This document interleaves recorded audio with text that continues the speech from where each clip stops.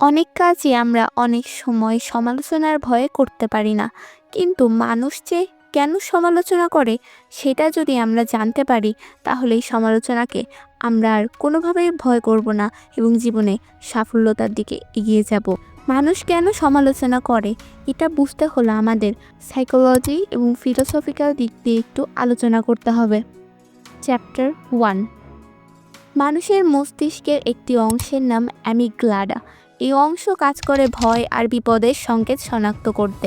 প্রাচীন মানুষ যখন গুহায় থাকতো তখন একটাই নিয়ম ছিল, বাঁচতে হলে দলবদ্ধ থাকতে হবে, আর সেই দলের নিয়ম ভাঙলে এটা মানে ছিল ঝুঁকি। কেউ আলাদা কিছু করলেই বাকি মানুষ ভয় পেত। এই ভয় থেকেই তৈরি হতো চাপ, কথা এবং সমালোচনা। আজও সেই প্রোগ্রামড মস্তিষ্ক আমাদের চালায়। কেউ একটু ভিন্ন হলে তারা আনকমফোর্টেবল হয়ে পড়ে, মনের গভীরে জেগে ওঠে এটা বিপদ অনুভব, আর সে অনুভব থেকেই আসে সমালোচনা। সমালোচনা মূলত ভিন্নতাকে ভয় পাওয়ার ফল। চ্যাপ্টার 2, ফ্রেড এর ইগো থিওরি অনুযায়ী প্রত্যেক মানুষের মধ্যে বাস করে একটি ইগো, যেটা সবসময় চায় আমি ভালো থাকি, সেরা থাকি, সবাই আমাকেই গ্রহণ করুক, সবাই আমার কথা শুনুক। কিন্তু যখন অন্য কেউ তাদের থেকে বেশি ভালো করে, তখন তারা তাদের একজন প্রতিদ্বন্দ্বী মনে করে এবং তাদেরকে হুমকি স্বরূপ দেখে, এবং তারা বলে ও যদি ভালো হয় তাহলে আমি কি? এই প্রশ্নের উত্তর খুঁজে না পেয়ে তারা তখন শুরু করে গুজব ছড়ানো, ব্যঙ্গ করা, অপমান করা, কারণ ওকে ছোট না করলে তো সে নিজেকে বড় মনে করতে পারছে না। সমালোচনা তখন হয়ে যায় ইগোর ঢাল। চ্যাপ্টার 3, কার্ল জাং বলেন, যা তুমি নিজের মধ্যে মেনে নিতে পারো না তাই তুমি অন্যের মধ্যে দেখতে থাকো। এই থিওরির নাম প্রজেকশন। আমরা যখন নিজেদের ব্যর্থতা, অলসতা, হিংসা মেনে নিতে পারি না, তখন আমরা সেই গুণগুলো অন্যের মধ্যে দেখতে শুরু করি। উদাহরণ হিসেবে বলা যায়, আমি সাহসী হতে পারি না, তাই বলি ও সবাইকে দেখাচ্ছে। সমালোচনা অনেক সময় নিজের অস্বীকার করা বাস্তবতার ছায়া।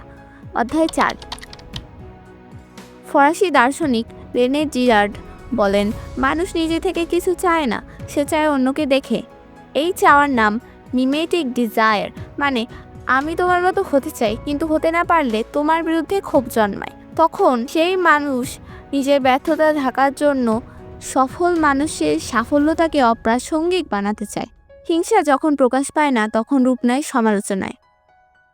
চ্যাপ্টার 5, আমাদের মস্তিষ্কে রয়েছে নেগেটিভ বায়াস। আমরা ভালো কিছুর চেয়ে খারাপ কিছুকে অনেক বেশি গুরুত্ব দিই। সোশ্যাল মিডিয়ায় তুমি যদি 100টা ভালো কমেন্ট পাও আর একটা খারাপ, তুমি সারাদিন ওই একটা নিয়েই ভাববে। সমালোচকরা জানে এটা। তারা জানে এক লাইনের বিষও তোমার আত্মবিশ্বাস ভাঙতে পারে। এইটা একটা মানসিক কৌশল, তোমাকে থামিয়ে দিতে না পারলে অন্তত তোমার মনকে দুর্বল করে দেওয়া। চ্যাপ্টার 6, সোশ্যাল মিডিয়া আমাদের সবচেয়ে বড় আয়না এবং সবচেয়ে বড় বিভ্রম।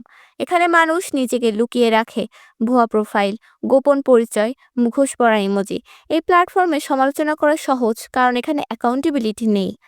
গবেষণা বলছে, সোশ্যাল মিডিয়ায় যারা সবচেয়ে বেশি হেট করে তাদের 75% বেশি ব্যক্তিগত জীবনে বিষণ্ণতা, অনিরাপত্তা এবং সেলফ এস্টিমে ভোগে।